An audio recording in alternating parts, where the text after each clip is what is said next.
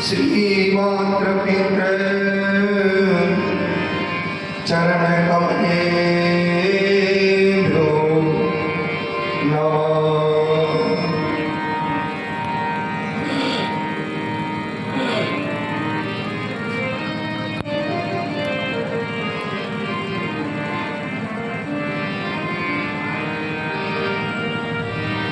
ध्येयं सदा परिभवग्र मभीष्ट दोहम्।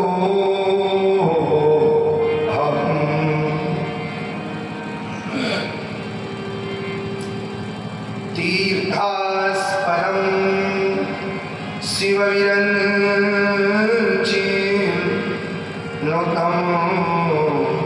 शरण्यम्। प्रत्यार्तिहं प्रणतपावनं भवाब्धिपूतं वन्दे महापुरुषते चरणारविन्दम्।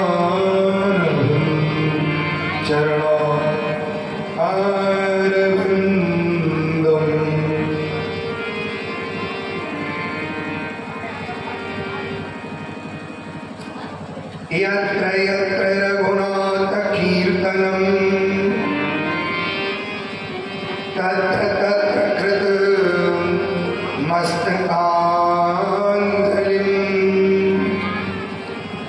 बाष्पवारि परिपूर्णलोचनम्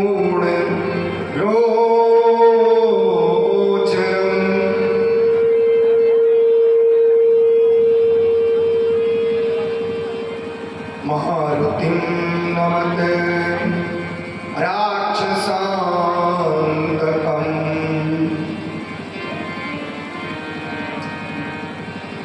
जय देवैया शारदे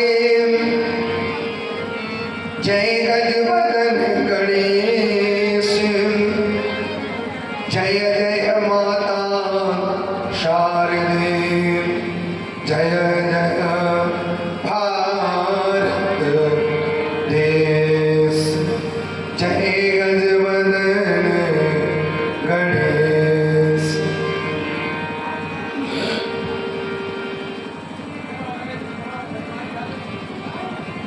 जय जय श्री राधारमण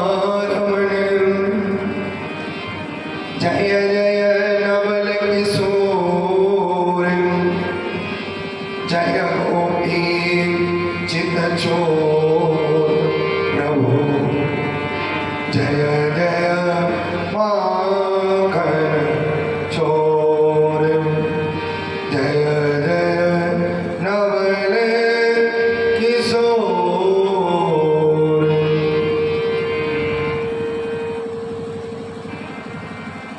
आगंतुक समस्त महानुभाव भगवत कथा के रसिक जन यत्र तत्र सर्वत्र से पधारी हुई समस्त श्रोता समुदाय, नगर के ग्राम के स्थान के जो देवता हैं उनका इस व्यासपीठ से वंदन।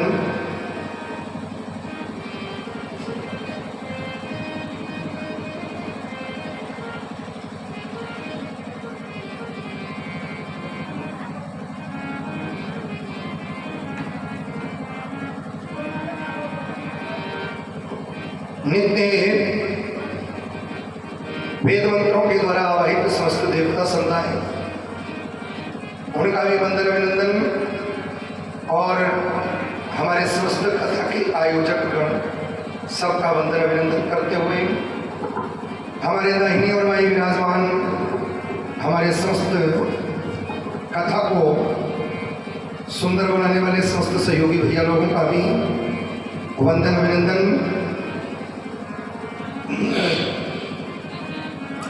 हमारे सामने समक्ष विराजमान प्रथम परीक्षित के रूप में ऐसे सपत्नीक विराजमान अरुण द्विवेदी जी, नाम सही बोले,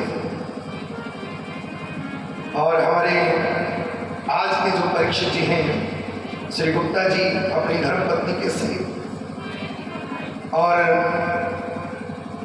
हमारी कार्यभार को संभालने वाली जो वित्त मंत्री के रूप में विराजमान ऐसे हमारी बुआ जी का भी वंदन अभिनंदन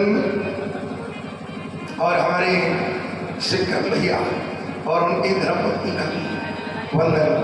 आए बड़े भाव से इस मधुर वेला पर हम सभी लोग भगवान नाम से जुड़ते हुए आज की कथा में हम लोग प्रवेश करते हैं।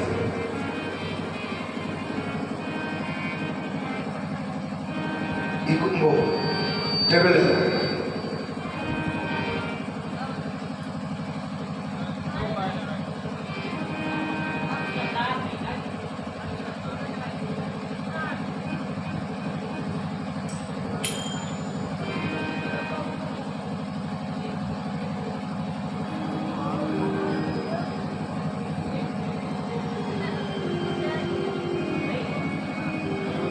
श्रद्धे गूंजोत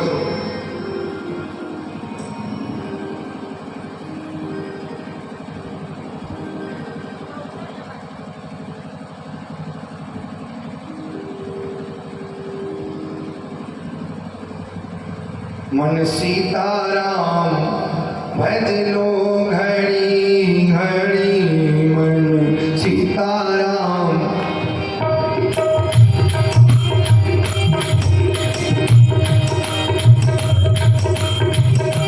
घड़ी घड़ी घड़ी घड़ी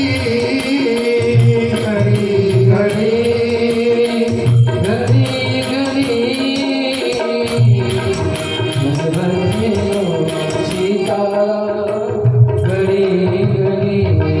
मन सीताराम भज लो घड़ी घड़ी मन भज लो घड़ी घड़ी घड़ी घड़ी घड़ी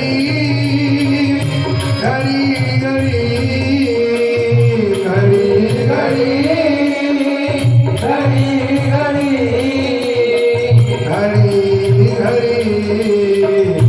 घड़ी घड़ी मन सीताराम भज लो घड़ी घड़ी मन सीताराम भज लो घड़ी घड़ी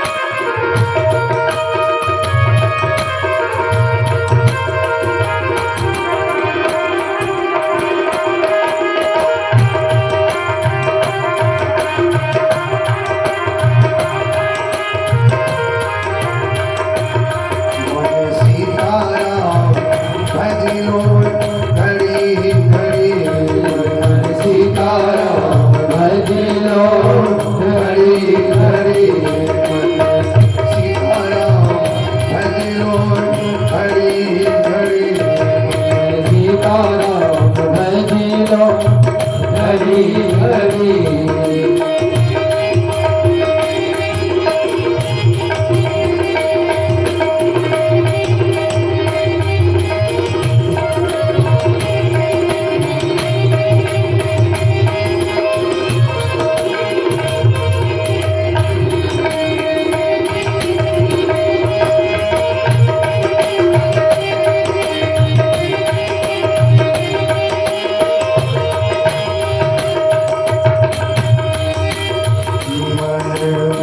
सीताराम भज लो घड़ी घड़ी।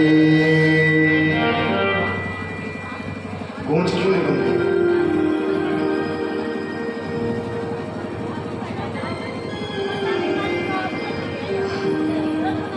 परम मंगल में परात्पर अखिलेश्वर अकारण करुणा बरसाने भगवान श्री राम और भगवान श्री कृष्ण की पावन कृपा सानिध्य में आज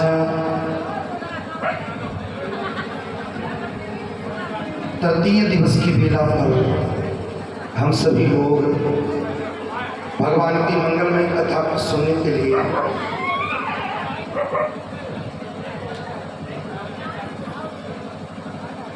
एकीभूत हुए, जिसमें सायंकालीन वेला में हमने सुना था द्विवेदी जी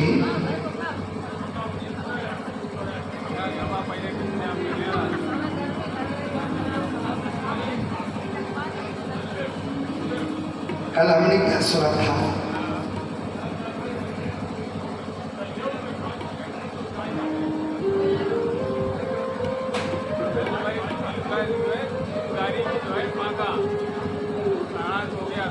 कल हमने सुना था भागवत की कथा को सुनकर के जो एक नंबर का पापी, जिसने अपने जीवन में कोई भी बढ़िया काम नहीं किया था, और ऐसा भी एक नंबर का पापी जिसने जीते जी नहीं, मरने के बाद भूत प्रेत योनि में जाकर के भागवत की कथा को श्रवण किया, तो भागवत ने उसका कल्याण कर दिया। और भागवत ये कहती है, भागवत में छोटा सा एक सूत्र है, मुक्ति दानेन गर्जती। भागवत का काम क्या है? बोले मुक्ति प्रदान करना। मानो भागवत ये कहती है, अगर तुम मेरे मुझ रूपी कल्प वृक्ष के नीचे बैठ करके जो भी आशा, जो भी आकांक्षा करोगे, तो वो आशा और आकांक्षा तुम्हारी जरूर पूर्ण होगी। भागवत एक कल्प वृक्ष है, और इस कल्प वृक्ष के नीचे जिसने जो भी आशा करी, उसकी आशा निराशा नहीं बनी।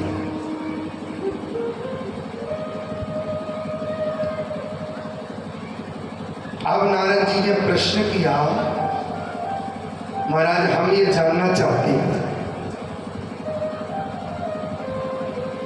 कि भागवत जो आप हमें सुनाने के लिए जा रहे हो,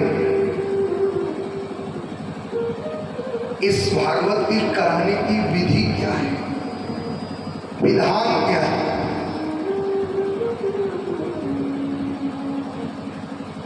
ये हमें बताइए।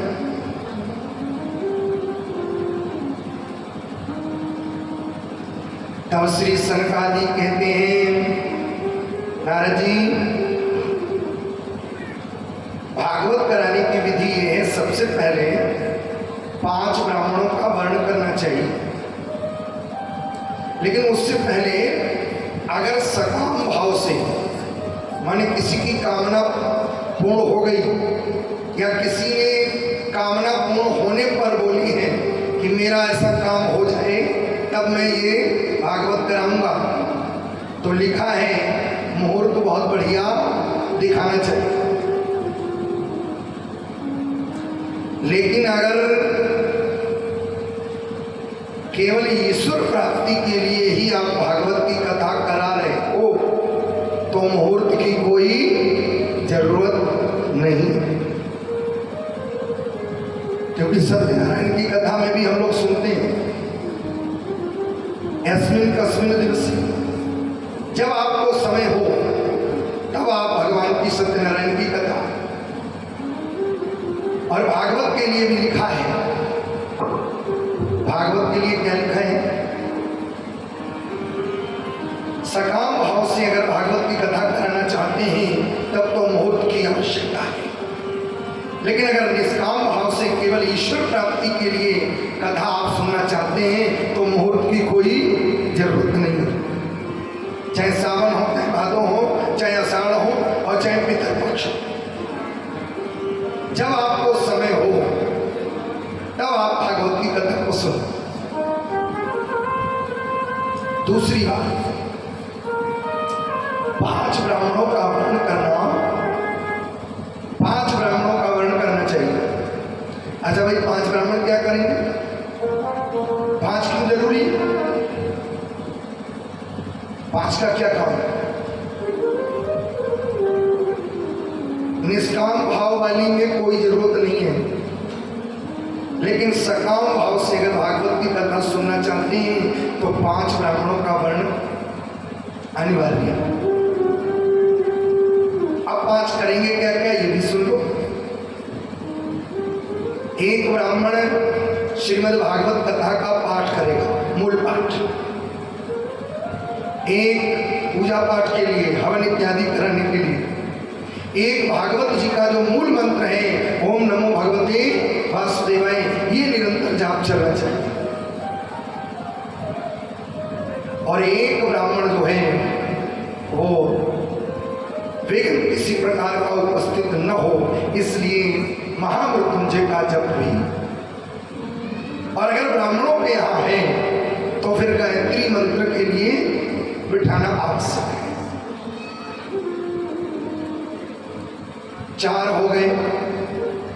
5वां व्यक्ति, 5वां जो है श्रेष्ठ वक्ता के रूप में उसे वर्णन करना चाहिए।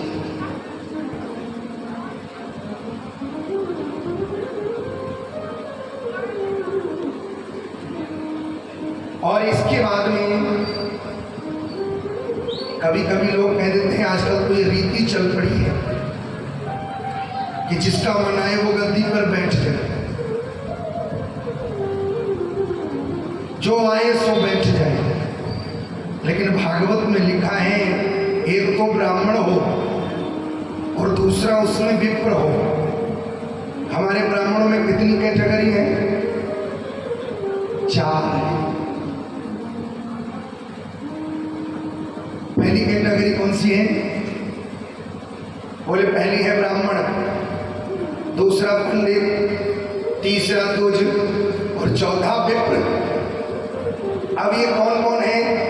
पंडित किसे कहते हैं, ब्राह्मण किसे कहते हैं, द्विज किसे कहते हैं और विप्र किसे कहते हैं, ये अलग अलग समझिए।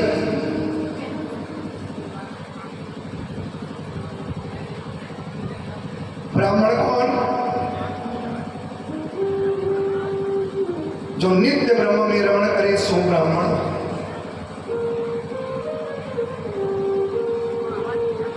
ब्रह्म में रमण करने वाले व्यक्ति को ब्राह्मण कहा गया है। और दूसरा है पंडित। पंडित कौन? गीता कहती है सत्य असत्य संजाता सब पंडिता। जो सत्य और असत्य का सही से विवेचन कर सके, ऐसी बुद्धि का जो मालिक है वो कौन? बोले वो है पंडित। अच्छा, द्विज किसे कहते हैं?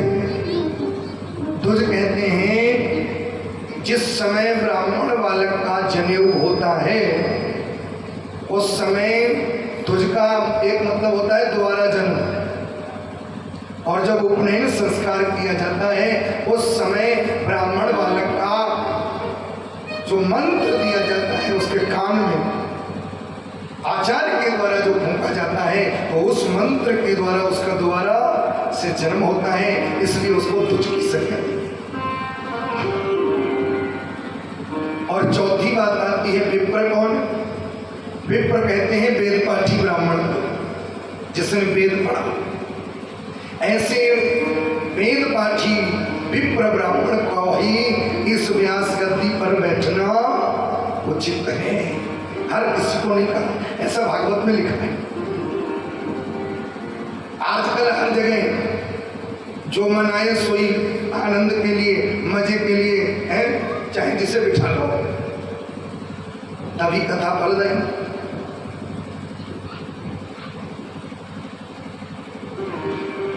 और दूसरी बात एक लिखी है, और विप्र होने के साथ साथ कथा का जो श्रोता है वो श्रोता साक्षात कथा कहने वाले में सुखदेव भगवान का दर्शन करे, उस भक्ता के प्रति महत्व बुद्धि रखें। ये जो बोल रहे हैं अगर हम इसको ग्रहण करेंगे, इसको धारण करेंगे तो उसी में ही हमारा हित है। और मन में ये आ गया, अरे ये तो ऐसे कहते ही रहते। यदि महत्व बुद्धि नहीं रखी तो कथा का महत्व नहीं।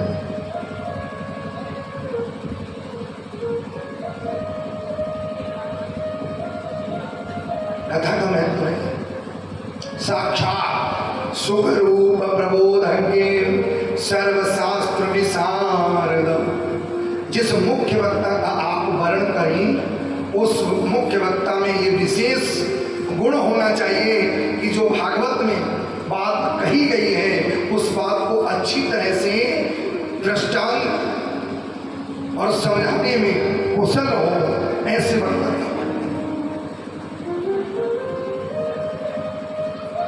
अच्छा महाराज, व्रत में रह करके सुने कि बिना व्रत में? क्यों भाई, कैसे सुने?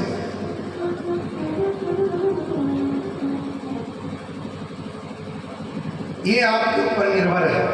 भागवत में कुछ और बताया।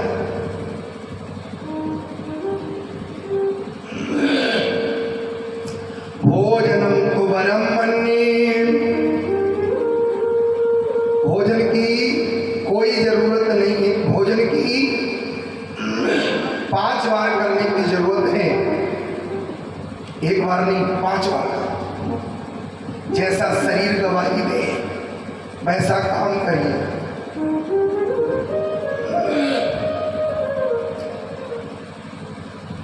जैसा शरीर गवाही दे और वैसा धीरे धीरे करके व्रत ले।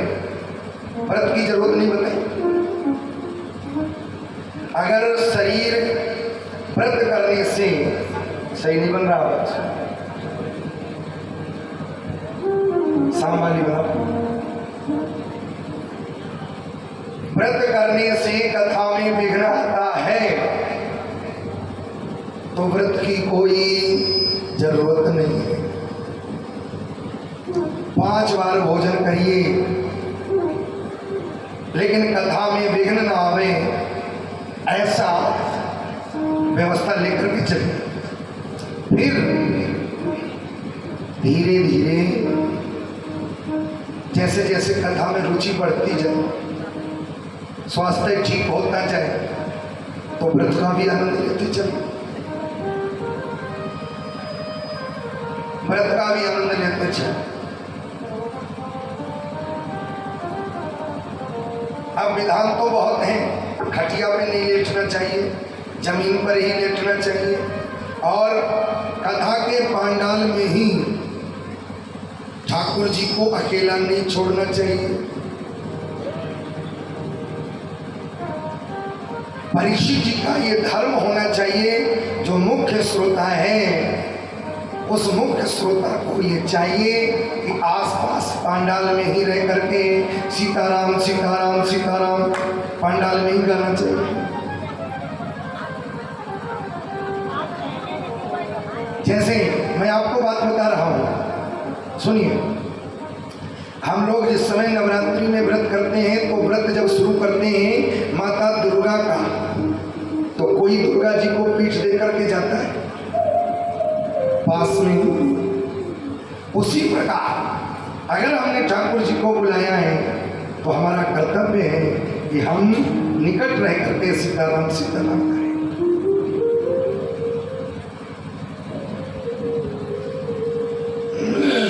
हमारे मुख्य परीक्षित के रूप में बैठे हुए अरुण द्विवेदी जी और जितने भी हमारे परीक्षित जी हैं, उनका ये कर्तव्य होना चाहिए कि वो पंडाल में ही अपना आसन 7 दिन तक या जो भी समय मिला है आसन जमाए।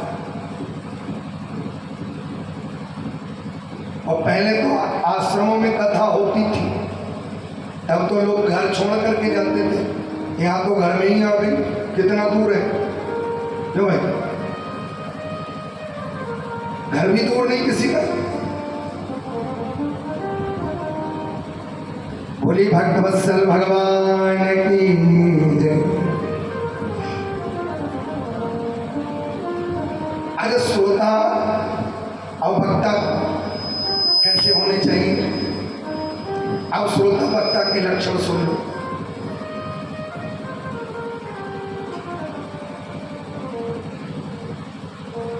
पहले वक्ता के लिए बताया कैसा वक्ता होना चाहिए।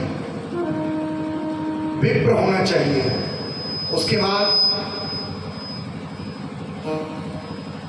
सद्गुणी होना चाहिए,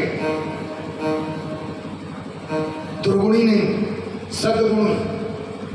भगवान राम कृष्ण का भक्त होना चाहिए, ठाकुर जी के चरणों से प्रेम करने वाला चाहिए।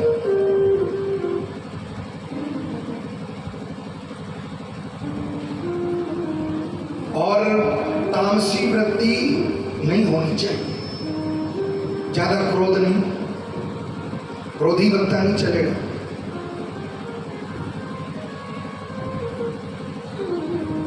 ज्यादा तीखा खाने वाला नहीं चलेगा, मधुर भाषी मृदुभाषी होना चाहिए।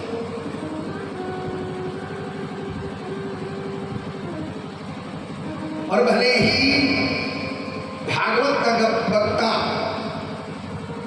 ज्ञानी ज्यादा न हो, लेकिन भगवान के चरणों से प्रेम करने वाला हो, ऐसा लिखा है बाबा। तो श्रोता वक्ता के लक्षण बताने के बाद में अब श्रोता कैसा होना चाहिए? श्रोता के लक्षण बताए हैं 2 तरीके के। पहला श्रोता बताया है सूप टाइप का। कैसा होता है सूप टाइप का श्रोता? सूप क्या काम करता है? तो भाई सूप करता है अच्छा स्वयं में समेट लेता है और गंदगी पटक देता है बाहर। तो जो अच्छे कुशल श्रोता होते हैं, 7 दिन में भागवत की कथा के अंतर्गत जो भी बोला गया उनमें जो अच्छा लगा, जो अपने योग्य समझा, वो तो हमने अपनी तरफ कर लिया और बाकी पंडाल में छोड़ दिया। हमें कोई मतलब नहीं कूड़ा करकट से। तो अच्छे उच्च क्वालिटी के जो श्रोता होते हैं, वो श्रोता अच्छी बातों को ग्रहण कर लेते हैं। और दूसरी प्रकार के जो श्रोता होते हैं वो होते हैं चलनी के टाइप के। चलनी क्या काम करती है? अच्छा सब बाहर और बुरा कूड़ा करकट सब भीतर। कथा के पंडाल में दोनों तरीके के आते हैं, सूप टाइप वाले भी आते हैं और चलनी वाले भी आते हैं। लेकिन आपने अपने को सूप बना रखा है या चलनी बना रखा है, ये आप जानो। चलनी बन करके आओगे तो बुराई लेकर के जाओगे, और अगर सूप बन करके आओगे तो क्या ले जाओगे? बोले जितना भी गुण है वो आप यहाँ से ले जाओ। अच्छा, इनमें भी एक तीसरा श्रोता, वो बड़ा विचित्र। इन दोनों से ऊपर एक और भी श्रोता है। जैसे आप ऐसे समझिए, एक बार एक बर्तन बनाने वाले ने, जो पीतल के बर्तन बनाता है, उस पीतल के बर्तन बनाने वाले व्यक्ति ने एक बार एक महात्मा की मूर्ति बनाई पीतल की, और पीतल की मूर्ति बनाने के बाद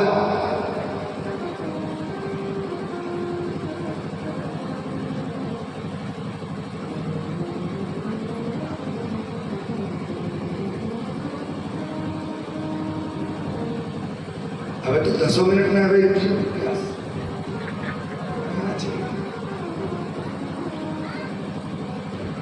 आराम से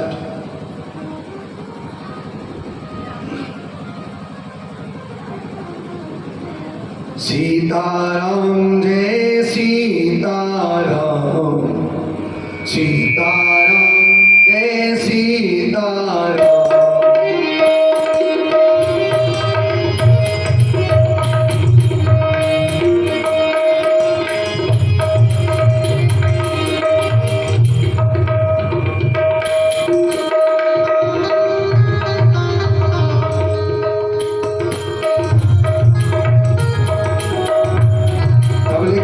थोड़ी डाउन बहुत तेज है, वहां जाकर सुना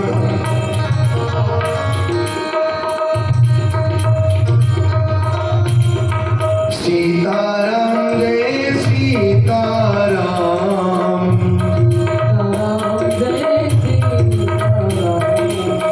सीताराम जय सीताराम। तीसरा, एक उस कुंभकार ने पीतल की मूर्ति बनाई, और उसने 2 मूर्तियां बनाई एक जैसी, दोनों ही पीतल की बनाई, एक ही महात्मा की, एक ही धातु की, एक ही वजन की, और पीतल की मूर्ति, और दोनों ला करके बना करके बाजार में रख दी।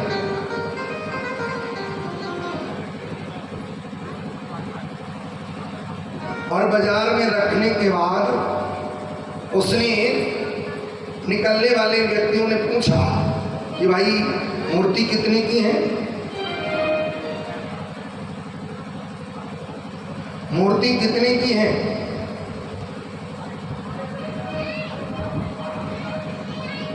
मूर्ति कितने की है? तो उस बनाने वाले व्यक्ति ने कहा कि ये दोनों मूर्ति एक ही महात्मा की है, एक ही वजन की है, एक ही धातु की है, लेकिन इनमें एक मूर्ति है 500 रुपए की और एक मूर्ति है 50,000 की। लेकिन अब बताना आपको है कि 5,000 की कौन सी है और 500 रुपए की कौन सी और 50,000 की कौन सी, ये आपको बताना है।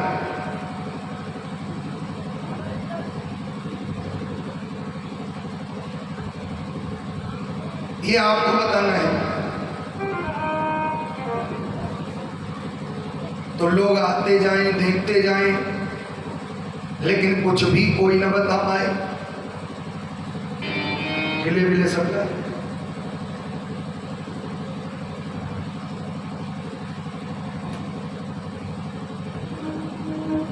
कितनी की मूर्ति?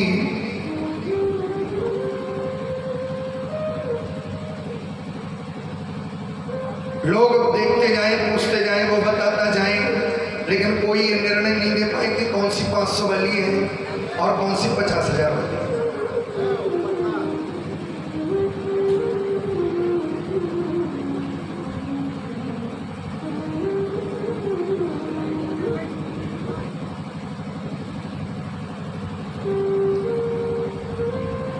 कौन सी 500 रुपए वाली है, कौन सी 50,000 वाली है।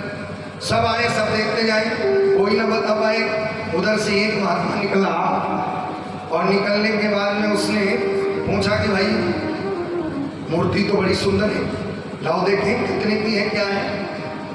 कुंभकार से पूछा, ये बताओ मूर्ति कितने की है? कुंभकार बोला भैया इनमें 2 मूर्ति हमने रखी हैं, इनमें एक मूर्ति एक ही महात्मा की है और एक ही धातु की है, एक ही वजन की है।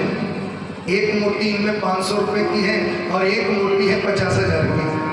लेकिन बताना आपको है कौन सी 500 की है और कौन सी 50,000 की। उस महात्मा ने कहा कि सुतली मिलेगी। उस कुंभकार ने कहा बिल्कुल मिलेगी।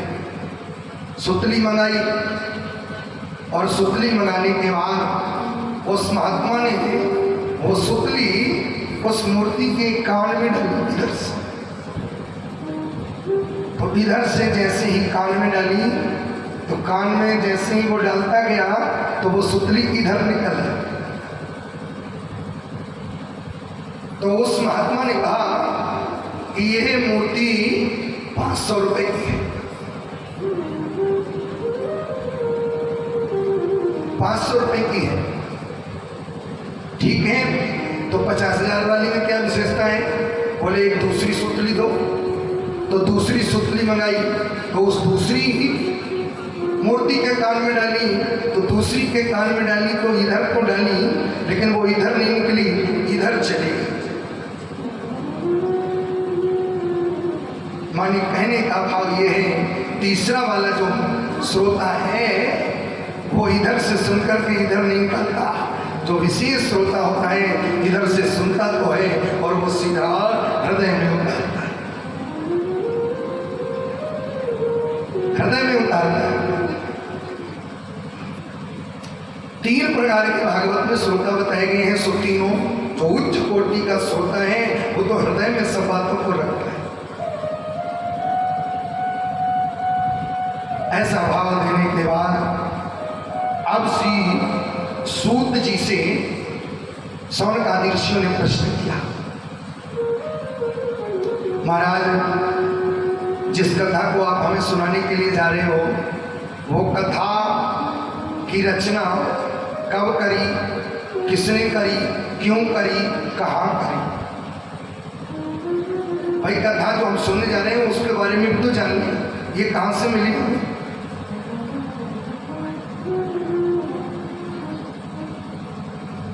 तो श्री सूत जी ने कहना प्रारंभ किया।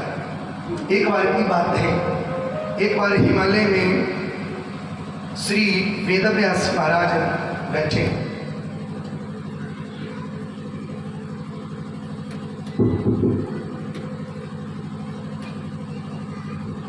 जनरेटर थोड़ा दूर कर ले भैया, बहुत गड़बड़ होता है।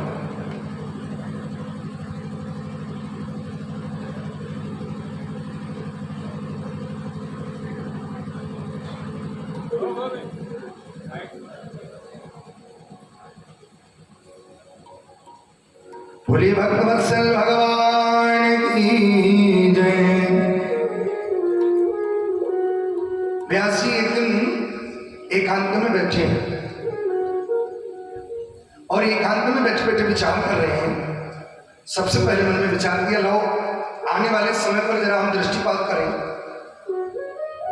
आगे का वातावरण, क्योंकि ये भविष्य दृष्टा था।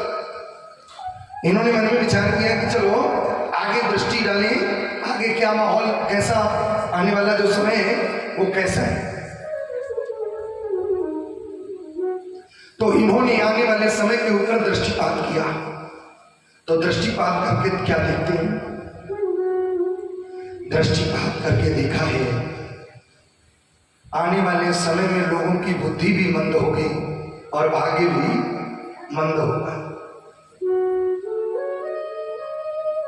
अच्छा, इनमें एक चीज भी किसी व्यक्ति के पास में हो तो काम चल जाए। तो भाई गुप्ता जी, अगर इन दोनों चीज में से एक भी वस्तु एक के पास में हो तो काम चल जाए। लेकिन व्यास जी ने देखा कलयुग में लोगों की बुद्धि भी मंद है और भाग्य भी मंद है। ऐसे लोगों का कलयुग में कैसे कल्याण हो, है? तो उन्होंने सबसे पहले 4 वेद बना दिए, 6 शास्त्र बना दिए, 18 पुराण बनाए, 17 पुराण बना दिए। और इसके बाद में भी, इतना करने के बाद में भी व्यास जी कहते हैं मैंने परोपकार के लिए तो बहुत कुछ कर दिया, लेकिन अभी भी मुझे शांति नहीं मिल रही है। और कार्य वही अच्छा होता है जिस कार्य को करने के बाद स्वयं को तसल्ली मिले। व्यास जी कहते हैं मैंने तो बहुत परोपकार कर लिया, लेकिन इतना सब कुछ करने के बाद अभी भी हमें शांति नहीं है। तो आखिर कमी कहां पर है? और जब स्वयं में कमी समझ में नहीं आती, अच्छा आजकल के लोगों को कोई आदमी बताए भी कि तुम्हारी ये कमी है तो उससे ही झल्ला पड़ता है। हम में तो कमी देख रहे हो, लेकिन आप बोले हम तो तुम में कमी है।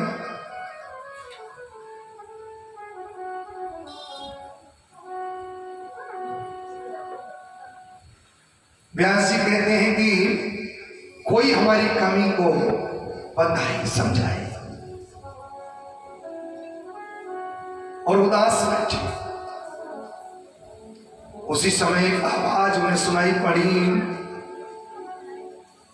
नारायण नारायण नारायण श्रीमन नारायण नारायण। इनका चालू रखो।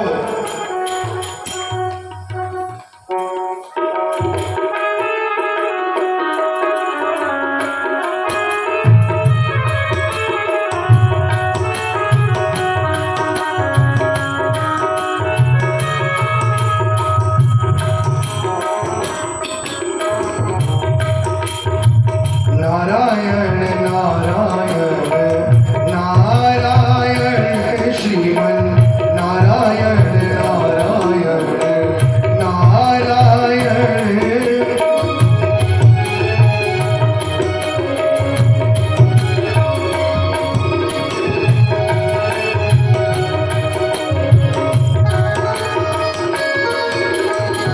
नारायण नारायण नारायण श्रीमन नारायण नारायण नारायण श्रीमन।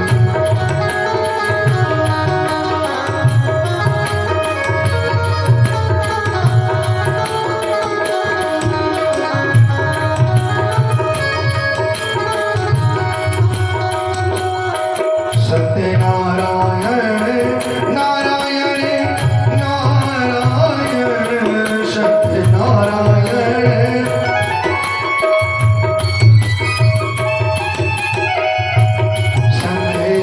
सत्यनारायण नारायण नारायण सत्यनारायण।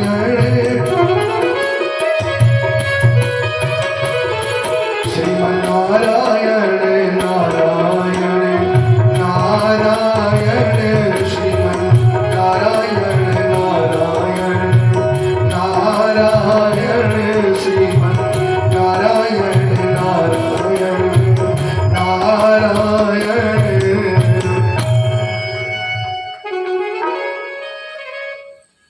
और नारद जी उसी समय व्यास जी के पास में आ गए।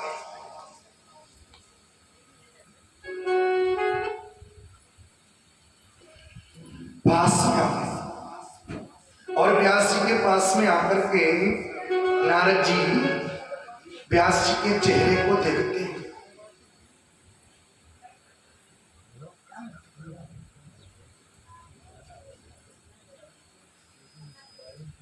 व्यास जी के चेहरे को देखते हैं तो व्यास जी के चेहरे को देखने के बाद व्यास जी के चेहरे को देखने के बाद में नारद जी व्यास जी से पूछते हैं, हे महाराज पाराशर्य महाभाग, हे महाराज आज आपका चेहरा बड़ा लटका हुआ दिखाई पड़ता है। तो ये प्रसाद आखिरी में क्यों नहीं पहुंचती है?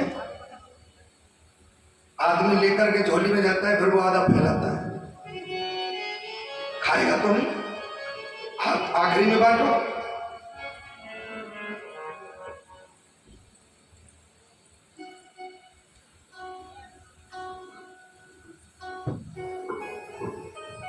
बोलिए भक्तवत्सल भगवान की।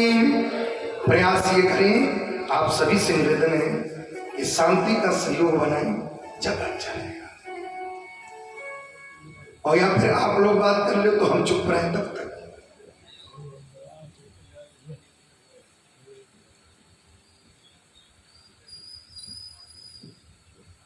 जो भी व्यक्ति आए धीरे से पीछे बैठे, आराम से बैठे,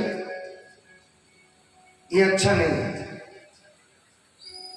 अनुशासन ये कहता है आते जाओ और पीछे जगह मिले बैठते जाओ।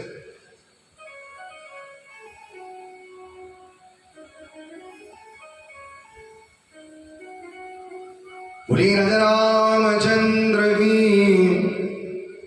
नारद जी ने पूछा, व्यास जी से पूछा, पाराशर महाभाग, अरे पराशर नंदन पाराशर, अरे पाराशर नंदन पाराशर, ये बताइए आपका चेहरा बड़ा लटका हुआ है, क्या बात है? आजकल आपके जो पूजा पाठ करने की जो विधि पद्धति है उसमें कोई दिक्कत तकलीफ तो नहीं है? महात्मा से अगर कोई कभी उससे पूछे तो ये न पूछे कि आप कुशल से तो हैं। महात्मा से जब भी पूछे किसी प्रकार भजन में कोई बाधा तो नहीं है, ये है महात्मा से पूछने का टाइम।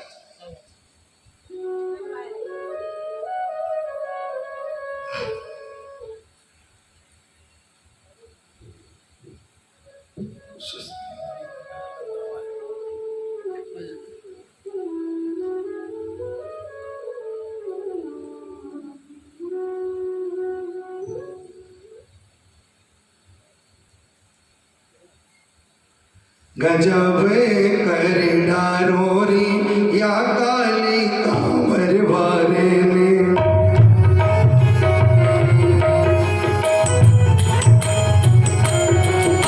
गजब कर डारोरी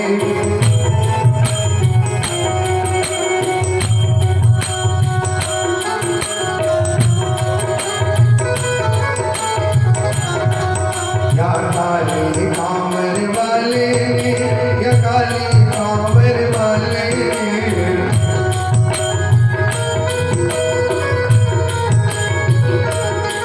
गजब कर डारोरी या काली कांवर वाले।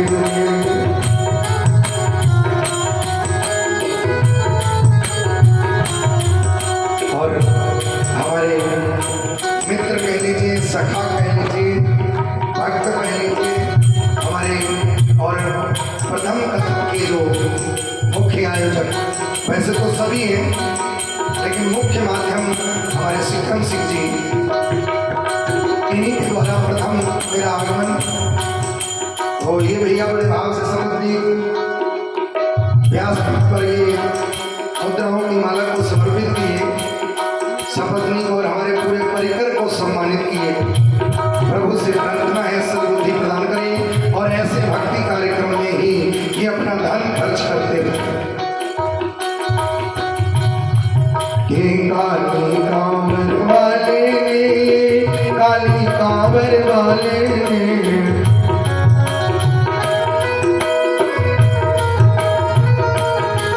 गजब कर डारोरी या काली कांवर वाले ने, गजब कर डारोरी या।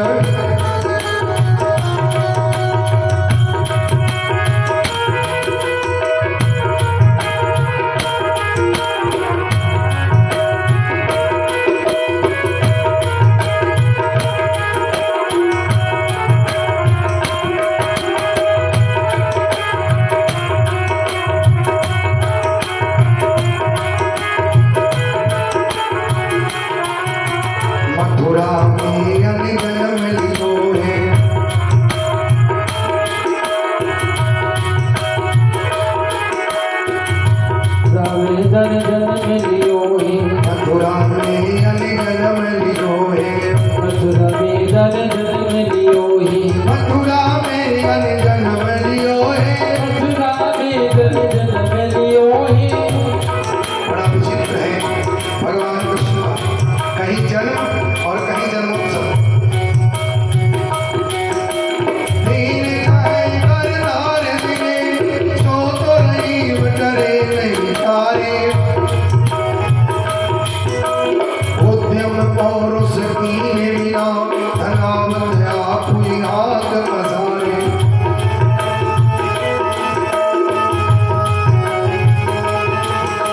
देवर के अपनी अपना, फिरके प्रपंच न जात है तारे। लाल भयो वसुदेव के धाम, तुम विभाजत नंद के द्वारे। तुम विभाजत नंद के द्वारे, तुम विभाजत नंद के द्वारे। मथुरा में जन्म लियो है। मथुरा में जन जन्म लियो है। मथुरा में जन्म लियो है। मथुरा में जन जन्म लियो है। गोकुल में बजत लाड़े रिया काले, खबर वाले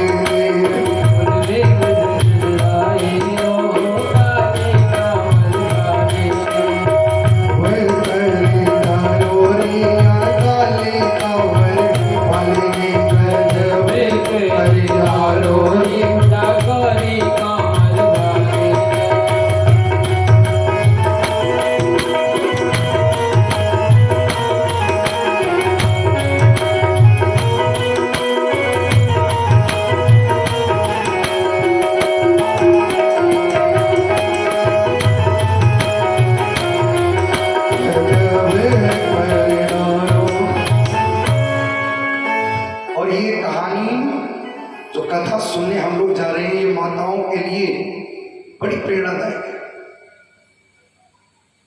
वृंदावन के सिवाय ये कथा आपने फरुखाबाद में तो सुनी।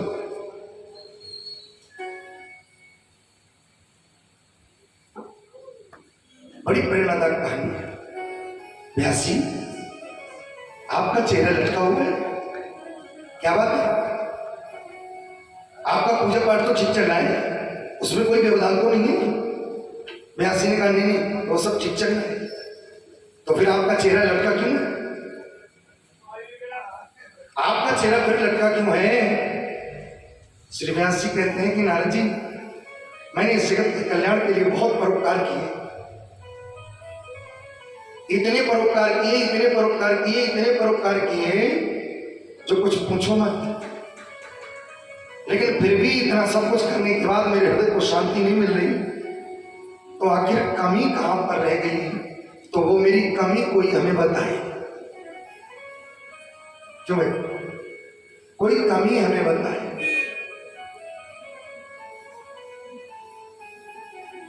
नारद जी ने कहा अगर वो कमी मैं बता दूं तो? व्यास जी बोले बड़ी कृपा, मैं बताऊं? बोले बिल्कुल बताइए। बोले कमी सुन पाएंगे आप? नहीं तो कोई आजकल किसी की कमजोरी कमता ही बता दे तो वो हजम ही नहीं कर पाता, वो उस पर ही गड़बड़ता है। नारद जी ने कहा आपको मैं कमी जो बताऊं वो आप सहन कर पाएंगे, सुन पाएंगे? नहीं महाराज आप बताइए। व्यास जी, आपने अभी तक जितने भी परोपकार किए हैं वो सब के सब परोपकार अहंकार के वशीभूत होकर के किए। और अभिमानी व्यक्ति कोई भी अभिमान में भर करके कार्य करता है तो उसका फल निष्फल हो जाता है, और जब फल निष्फल हो जाता है तो उसे शांति नहीं। भागवत हमने कराई, फल निष्फल।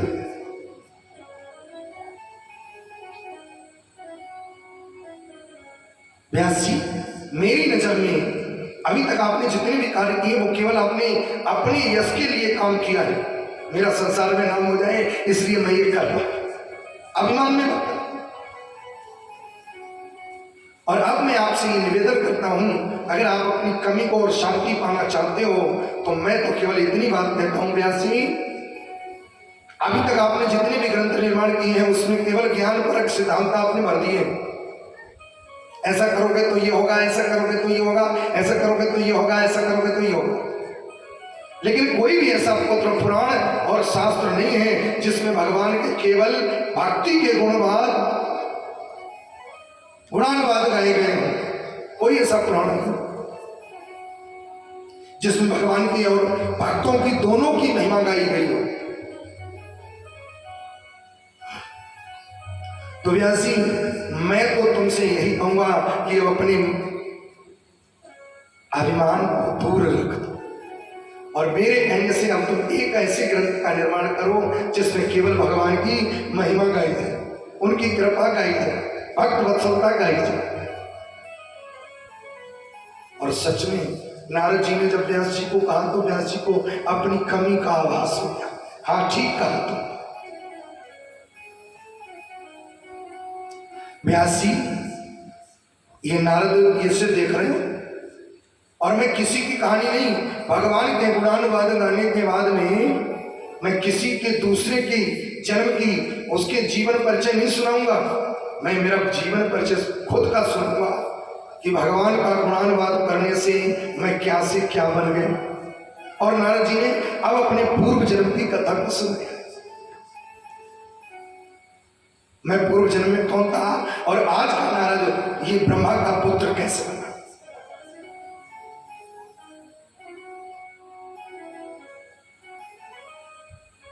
नारद जी कहते हैं, मैं पूर्व जन्म में एक दासी का पुत्र था। बड़े ध्यान से सुनिएगा। मैं पूर्व जन्म में एक दासी का पुत्र था। मेरे पिता रहे नहीं, माता थी। छोटे सी नवजात शिशु के रूप में मैं था, तब मेरे पिता हमको छोड़ करके चले गए और मेरी माता का जब कोई साधन सहारा नहीं रहा तो वो मेरा पालन पोषण कैसे करे, उसका निर्णय करने के लिए इधर उधर घर घर पूछने लगी, मुझे कोई काम दे दो जिससे मैं अपने बच्चे का पालन पोषण करूं। तो घूमती घूमती एक आश्रम में गई और आश्रम में जाकर के महात्माओं से निवेदन किया, महाराज, मैं मेरे बच्चे का भरण पोषण करना चाहती हूँ। मेरे बच्चे के सिर से पिता का साया उठ गया, मैं मेरे बच्चे का पालन पोषण कैसे करूं? इसलिए आपसे ये चाहती हूँ, कुछ सेवा के बदले मैं मेरे बच्चे का भरण पोषण करने के लिए आपसे कुछ सेवा मांगती। मेरा भी काम चल जाए, आपका भी काम चल जाए। महात्माओं ने कहा, ठीक है, हमारी जो धर्मपत्नियां हैं उनके साथ में रह करके और जितनी भी हमारी गौशालाएं हैं उन गैयाओं की सेवा करो और सेवा करके अपने पुत्र का पालन पोषण करो।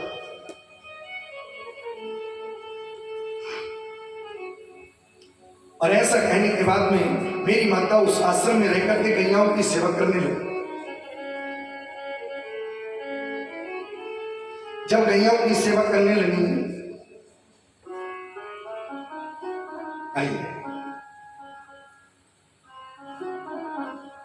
जब गैयाओं की सेवा करने लगी,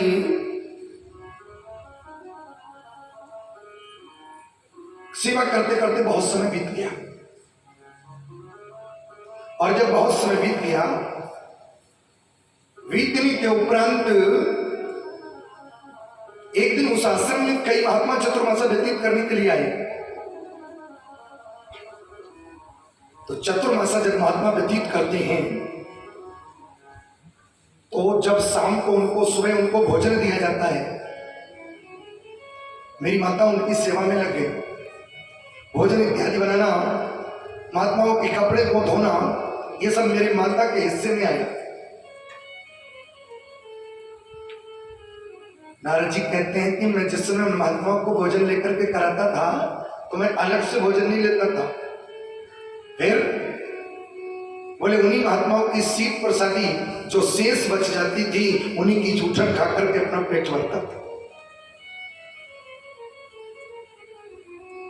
जो शेष पत्तल में रह जाता था, उन महात्माओं की जूठन, वही जूठन मैं स्वयं खा लेता था। कौन कह रहा है? नारद जी कह रहे हैं। आज भी कहीं कहीं की प्रदेश में कहीं कहीं में जाओ महाराज, थोड़ी सी जूठन छोड़ दो, कहीं कहीं जाओ।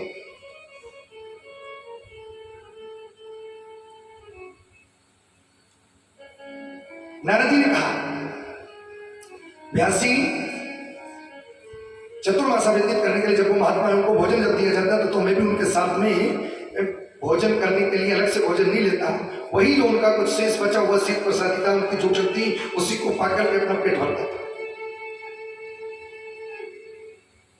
नतीजा क्या हुआ? नतीजा हुआ महात्मा लोग जो हैं जब भोजन करते तो मैं भी उनके साथ में भोजन करता, और महात्मा लोग जब भगवान का भजन करते चिमटा बजा करके, तो जब वो गाते तो मैं भी उनके साथ में राम राम गाता, और जब वो नाचते तो मैं भी उनके साथ में, जैसे वो नाचते वैसे मैं भी नाचते। और भागवत की कथा ये कहते हैं, नारद जी कहते हैं कि ऐसा करते करते बहुत थोड़ा समय जब बीता, 1-2 महीने के बीतने के बाद मेरा मन उन महात्माओं के साथ में रहते रहते ऐसा लगा प्रभु के भजन में कि अब दूसरा कोई कार्य करने का मन ही न हो।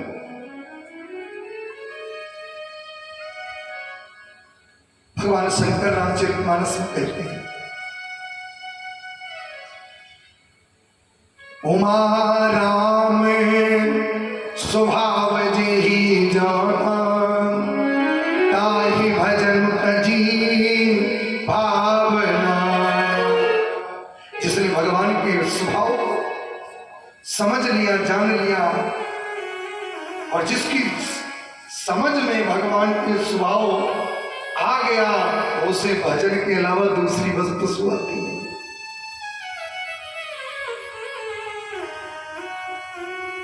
उसे दूसरी वस्तु नहीं सुहाती।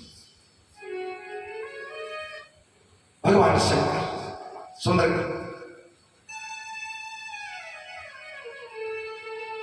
नारद जी कहते हैं कि ठीक उनके साथ में रहते रहते मेरा मन ऐसा लगा कि अब महात्माओं का संग छोड़ने का ही मेरा मन न हो। लेकिन एक दिन चतुर्मासा जैसे ही समाप्त किया महात्माओं ने, वो अपने अपने मासरों को पधारने के लिए चलने लगे। तो जब महात्मा चलने लगे तो मैं भी उनके पीछे चल रहा। कभी कभी ऐसे ही होता है, जिससे मोह की वृत्ति जुड़ जाती है। कभी कभी पहले के जमाने में, आज की बात नहीं कर रहा हूं, आज तो रिश्तेदार रुकते ही नहीं है ज्यादा। पहले 1-1 महीना रिश्तेदार रुकते थे, और जब वो रिश्तेदार घर का काम काज करने में हमारे साथ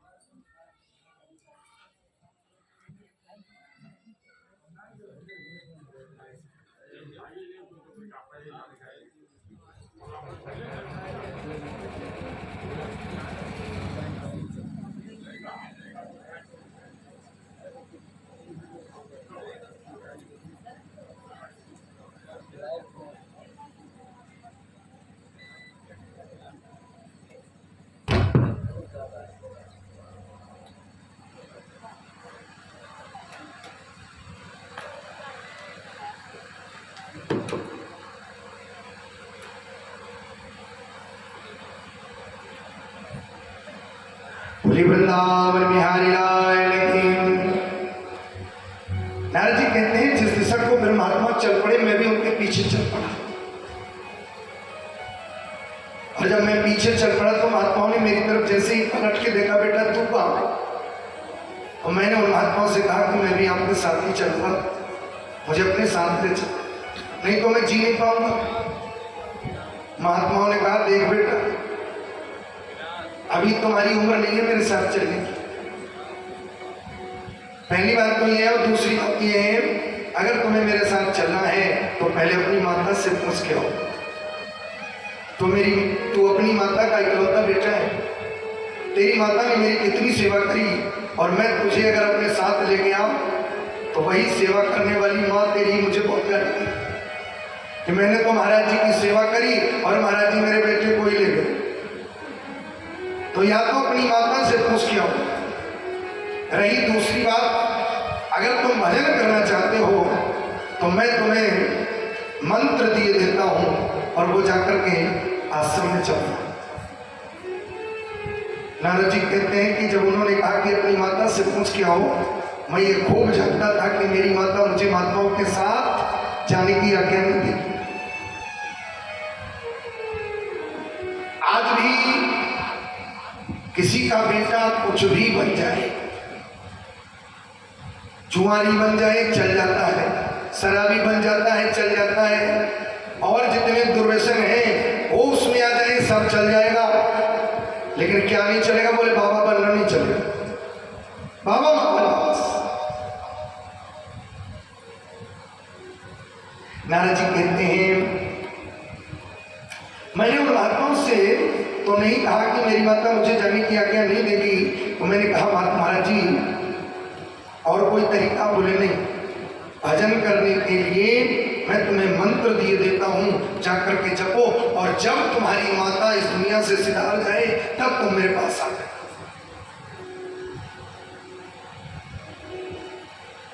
नारद जी ने मंत्र ले लिया और मरने का किसका इंतजार करने लगे? अपनी माता का। कब ये मरे और कब हम भजन के लिए जाए।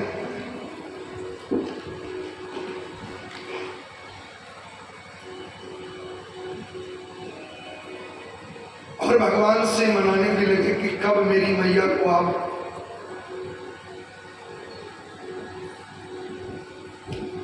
नारद जी कहते हैं कि मैं तो फिर जो है भजन करने में बैठ गया, टीका लगाया, मटका लगाया, चोटी रखी और 24 घंटे जो महात्माओं ने माला दी थी वो 24 घंटे उसका जप करता। और मेरी माता ने जब मेरी ये दशा देखी तो मेरी माता के मुंह से बस यही आवाज निकलती थी, अरे अरे कोई मेरे बेटे का विवाह कराओ, ये तो बाबा बनने के लिए आतुर हो गया, बस इसका विवाह हो जाए सो में निश्चिंत हो जाए, कोई मेरे बेटे का विवाह करा दो। और नारद जी को ये लगा कि मैं तो माँ के मरने का इंतजार कर रहा हूँ और माँ मेरे विवाह की तैयारी में लगी है, कहीं अगर इन्होंने विवाह करा दिया तो अभी मैं माँ के मरने का इंतजार कर रहा हूँ, फिर मुझे देवी जी के मरने का इंतजार करना पड़ेगा। तो ये जिंदगी इंतजार में ही चली जाएगी। हे ठाकुर जी ऐसी कृपा कर दो जो ये बाधा दूर हो जाए। और नारद जी ने प्रार्थना करी ठाकुर जी से, तो ठाकुर जी ने भी खूब सुनी। व्यास जी जब मैंने भगवान से प्रार्थना करी तो भगवान ने मेरी प्रार्थना सुनी, और सुनने के उपरांत एक दिन की बात, मेरी माता अंधेरे संध्या के समय गैया धोने के लिए जा रही, तो गाय धोने के लिए गई तो थोड़ा अंधेरा हो गया, तो गाय धोने के समय ही उसी गाय वाली जो झोपड़ी थी उस झोपड़ी में एक सर्प बैठा था, और उस सर्प के ऊपर मेरी माता का पैर पड़ा और उस सर्प ने मेरी माता को डस लिया और मेरी माता दुनिया से सिधार जाती। मेरी माता दुनिया से सिधार जाती।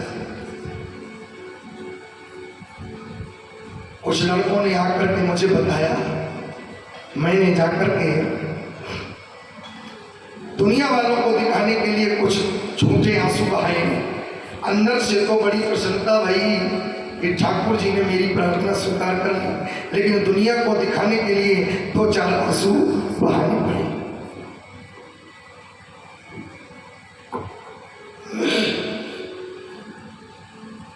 और ऐसा करने के उपरांत मैंने जल्दी जल्दी मेरी माता का अंतिम संस्कार किया, और अंतिम संस्कार करने के बाद मैं सीधे उसी दिशा को चला गया जिस दिशा को महात्मा कहते। लेकिन चलते चलते एक जगह में मैं थक गया और थक कर के बैठ गया, तो व्यास जी ऐसा उस स्थान पर इतना रमणीक स्थान था, जैसे मैं बैठा तो नेत्र बंद हो गए, लेकिन नेत्र बंद में ही स्थिति ये हो गई कि मेरा मन बिना माला के ही राम राम जपने लगा। फिर तो मेरी ऐसी समाधि लगी कि मुझे आंख खोलने का मन ही न किया। और तब तक क्या हुआ, मेरे हृदय में भगवान की मूर्ति को मैंने बसा दिया और बसाने के बाद उसी मूर्ति में अपने को केंद्रित कर दिया। बहुत समय बीत गया और बीतने के बाद एक दिन नारद जी के हृदय की मूर्ति भगवान ने निकाली और जैसे निकाली तो नारद जी कहते हैं कि वो मूर्ति निकली तो जैसे मछली जल के बिना तड़पती है, मैं भी तड़प कर आंखों को मैंने खोल दिया। आकाशवाणी हुई, आकाशवाणी हुई। आकाशवाणी में भगवान ने कहा, नारद, इस जन्म में तुम्हें मेरा सानिध्य प्राप्त नहीं होगा, लेकिन अगला जन्म जब तुम्हें मिलेगा तब तुम्हें मेरा सानिध्य प्राप्त होगा। नारद जी ने कहा कि जब इस जन्म में आप मुझे नहीं मिलने वाले थे तो मुझे मेरे हृदय में प्रकट क्यों हुए थे? अगर मैं परिपक्व नहीं हुआ था तो मुझे दर्शन देने क्यों आए? भगवान ने कहा कि तुम छोटे से बालक हो, अबोध हो। अगर तुम्हें मैं ये रूप सुधा का दर्शन नहीं करता तो बच्चा हो, और बच्चे होने के नाते अगर तुम्हें मैं ये दर्शन नहीं देता तो तुम ये कहते कि पता नहीं भगवान नाम की कोई चीज होती भी है कि नहीं। तो इसलिए मैंने तुम्हें दर्शन तुम्हारे हृदय में रह करके इसलिए दिया कि तुमको ये आभास हो जाए कि भगवान नाम की भगवान होते हैं।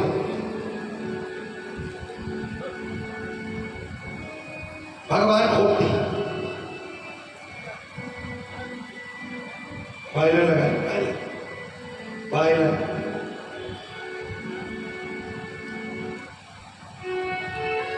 यही चला बस, और हल्का कर दो।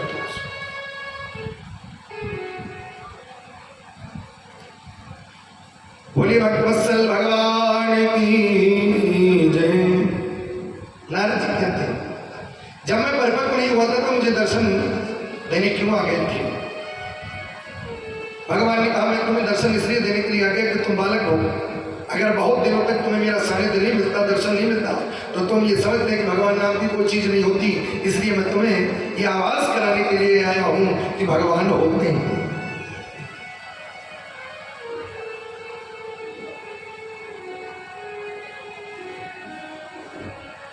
और उसी समय नारद जी कहते हैं, भगवान तो चले गए, हुआ क्या?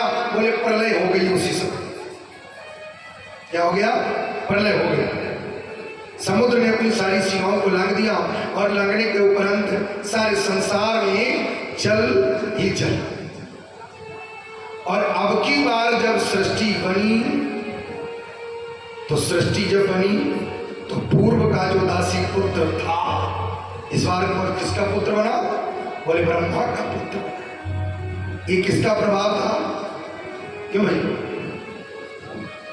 ये भजन का प्रभाव था। कल का दासी का पुत्र आज का ब्रह्मा का पुत्र बना। क्यों भाई? टीबी वाले मरीज के पास में बैठने से टीबी हो जाती है कि नहीं? गुप्ता जी, हाँ कि नहीं? कोरोना वाले मरीज के पास में बैठने से कोरोना हो ही जाता है। क्यों भाई? तो किसी भक्त के पास में हम लोग नहीं बैठेंगे तो क्या उसके गुण हमारे अंदर नहीं है? किसी सही सज्जन व्यक्ति के पास में जब बैठेंगे तो वैसे भी। ऐसे ही आपको एक दृष्टांत छोटा सा सुनाए। एक महात्मा था, डेली के डेली एक नगर में जाता था और पूरे नगर में वो भीख मांगता था। भिक्षाम ने ही मांगने के बाद में हर घर से कुछ ना कुछ जरूर मिलता था। लेकिन एक दरवाजा, एक दर ऐसा था जहां रोज मांगता था लेकिन वहां से मिलता कुछ नहीं था और उल्टी गालियां और सुननी पड़ती थी। लेकिन धन्य है वो महात्मा, दूसरे के दर से मिले चाहे न मिले, भले ही उस दरवाजे पर न जाए लेकिन इस दरवाजे पर गालियां सुनने के लिए जरूर आता था। उन्हें उस महात्मा को वो गालियां सुनने का इतना चस्का लग गया कि वो दूसरे के दर पे चाहे न जाए लेकिन इस दर पे जरूर आएगा गालियां सुनने के लिए।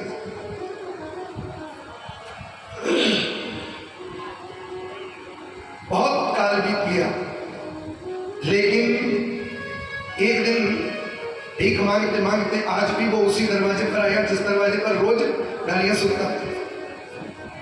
और उस समय उस घर में एक बूढ़ी माता रहती थी और वो जब आए तो केवल एक ही बात में उसको गालियां दी, निठल्ला कहीं का हट्टा कट्टा होकर के भीख मांगता है,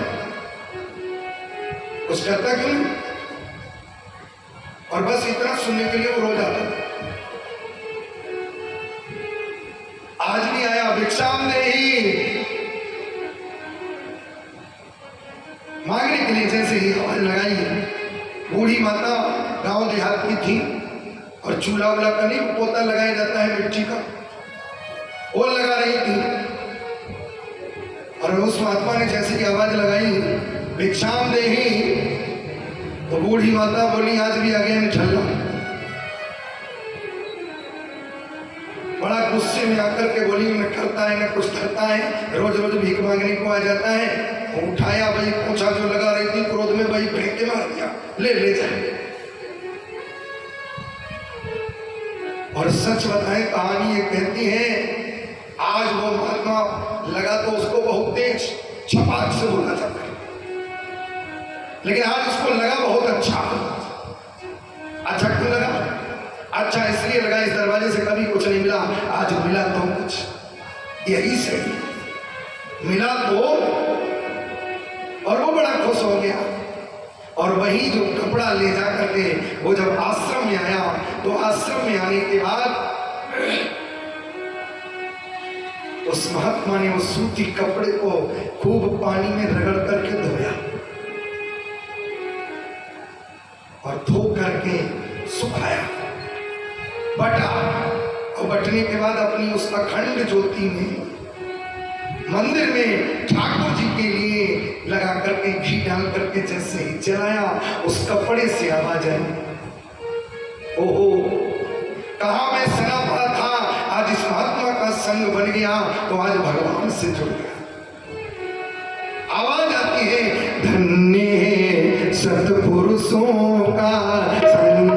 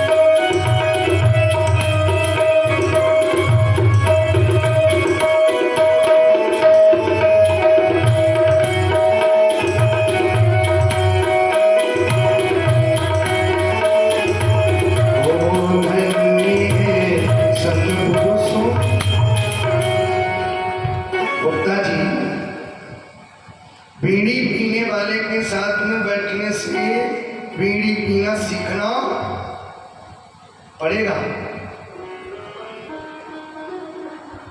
बीड़ी पीना सीखना नहीं पड़ेगा, एक दिन अपने आप ही आ जाएगा।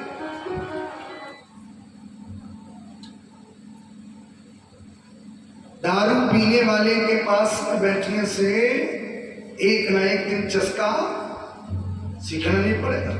अपने आप जुआ खेलने वाले पत्ते फेंकने अपने आप आ जाएंगे, सीखना नहीं पड़ेगा। तो क्या किसी जब ये दुर्व्यसनी के साथ में बैठने के बाद में उनके दुर्व्यसन हमारे भीतर आ सकते हैं, तो क्या किसी सद्गुणी व्यक्ति के बैठने के पास बैठने से उसके सद्गुण हमारे भीतर नहीं आएंगे?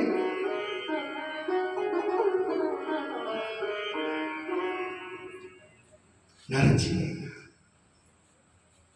जीवन बदल जाता है अगर कोई सत्संगी पुरुष जीवन में आ जाता है।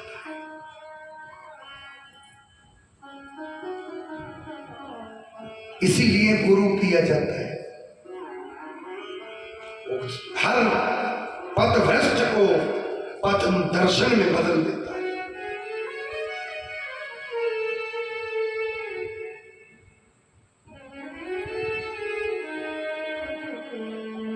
कुछ लोग कहते हैं कि गुरु क्यों किया जाता है, गुरु करना जरूरी है क्या? तो एक महात्मा थे वृंदावन के उड़िया बाबा। उड़िया बाबा निकले एक जगह से, तो एक व्यक्ति उनके पीछे पड़ गया। जय महाराज, ये बताओ गुरु क्यों किया जाता है? क्या गुरु करना जरूरी है? फिर चल दिए, उन्होंने कोई उत्तर नहीं दिया। थोड़ा आगे बढ़े, बोले आप किसे कह रहे हैं गुरु क्यों किया जाता, बताते क्यों नहीं? उन्होंने फिर अनसुना करके आगे बढ़ गए। फिर उस व्यक्ति ने पीछे पड़ के पूछा, महाराज आप ही से पूछ रहे हैं, बताते क्यों नहीं? गुरु करना जरूरी है, गुरु क्यों किया जाता है? बोले इसीलिए किया जाता है जिसके लिए तुम पीछे पड़े, बार बार पूछ रहे हो। इसी पूछने के लिए ही गुरु किया जाता है।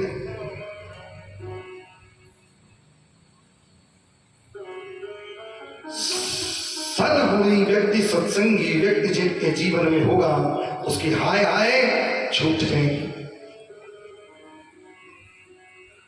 मैंने एक दिन और कहा था, दुखी व्यक्ति के पास में बैठ जाओगे तो दुखी होना खुद अपने आप आंसू आना सीख दो। लेकिन अगर किसी सुखी व्यक्ति, सत्संगी व्यक्ति के साथ में बैठना प्रारंभ कर दोगे तो ये जीवन की हाय हाय छूट जाए। अगला जन्म नारद जी कहते हैं मुझे ब्रह्मा का पुत्र बनकर के मिला, तो मैंने ब्रह्मा में जब कुछ बड़ा हुआ तो मैंने कहा चलो नारायण का दर्शन करते हैं, भेंट करते हैं। तो मैं नारायण के लोक को गया और नाम जप जप करके इतना नाचा उनके आगे, इतना नाचा। अच्छा, नाचता व्यक्ति कब है? जब दुखी होता है। दुबे जी, नाचता व्यक्ति कब है? जब दुखी होता है, जब उसे अंदर से प्रफुल्लित, जब वो होता है, आनंदित होता है, तब वो नाचता है। नारद जी कहते हैं भगवान का दर्शन करके मैं इतना अंदर से आनंदित हो गया जो मेरे पैर नहीं रुके और मैं उनका नाम का उच्चारण करते करते ऐसा नाचा उनके सामने, जो उन्होंने मेरे उस नृत्य को देख करके अपनी ही बीड़ा उठाई और मुझे दे दी। नारद जी को बीड़ा जो मिली वो भगवान नारायण के द्वारा प्रदत्त, और मुझ पर प्रसन्न होकर के उन्होंने ऐसी कृपा करी कि अपनी बीड़ा उठा करके मुझे दे दी। लो वत्स, आज के बाद तुम केवल स्वर नहीं, संगीत स्वर के साथ में गुनगुनाओ मेरा नाम। और तब से और आज तक मैं इस बीड़ा को लेकर के अपने प्रभु नारायण का नाम बराबर संगीत में गुनगुना रहा। तो व्यास जी, जब मैं उन नारायण के गुणानुवाद गाते गाते दासी के पुत्र से ब्रह्मा का पुत्र बन गया, तो क्या आपको शांति नहीं मिलेगी? आप उनके गुणानुवाद गाओगे? और उसी समय व्यास जी को नारद जी ने 4 श्लोक दिए हैं।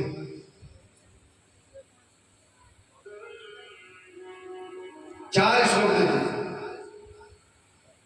और इसी को कहते हैं चतुश्लोकी भागवत। भगवान नारायण ने जो ब्रह्मा जी को सुनाई थी वो 4 श्लोकों की भागवत थी, और नारायण ने ब्रह्मा को सुनाई, ब्रह्मा ने नारद जी को सुनाई, और वही नारद जी आज वही चतुश्लोकी भागवत को व्यास जी को दे रहे हैं 4 श्लोक। बोले व्यास जी अब ये 4 श्लोक हमसे ले लो और इन्हीं को भागवत के रूप में एक ऐसे ग्रंथ का निर्माण करिए जिसमें केवल नारायण के गुणानुवाद गाए जाए।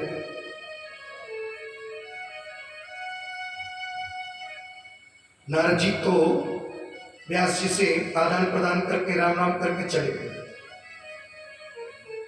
और अब व्यास जी मन में विचार कर रहे हैं मैं तो बूढ़ा हो चुका हूं, कैसे होगा? बड़े बड़े इतने इतने पुराने इतने इतने श्लोक कैसे आएंगे, कैसे लिख पाऊंगा? फिर भी प्रयास करने का प्रयत्न किया, कलम उठाई और पत्ते उठाए, लिखना जैसे ही प्रारंभ किया हाथ कांपने लगा। जैसे ही हाथ कांपने लगा व्यास जी कहा मेरे से ये काम नहीं हो पाएगा। और उसी समय श्री व्यास जी ने क्या काम किया? बोले अब किसी का मदद, किसी की सहारा लेने की जरूरत है। किसकी मदद ने? हे गौरी के नंदन तुम्हारे चरणों में है वंदन,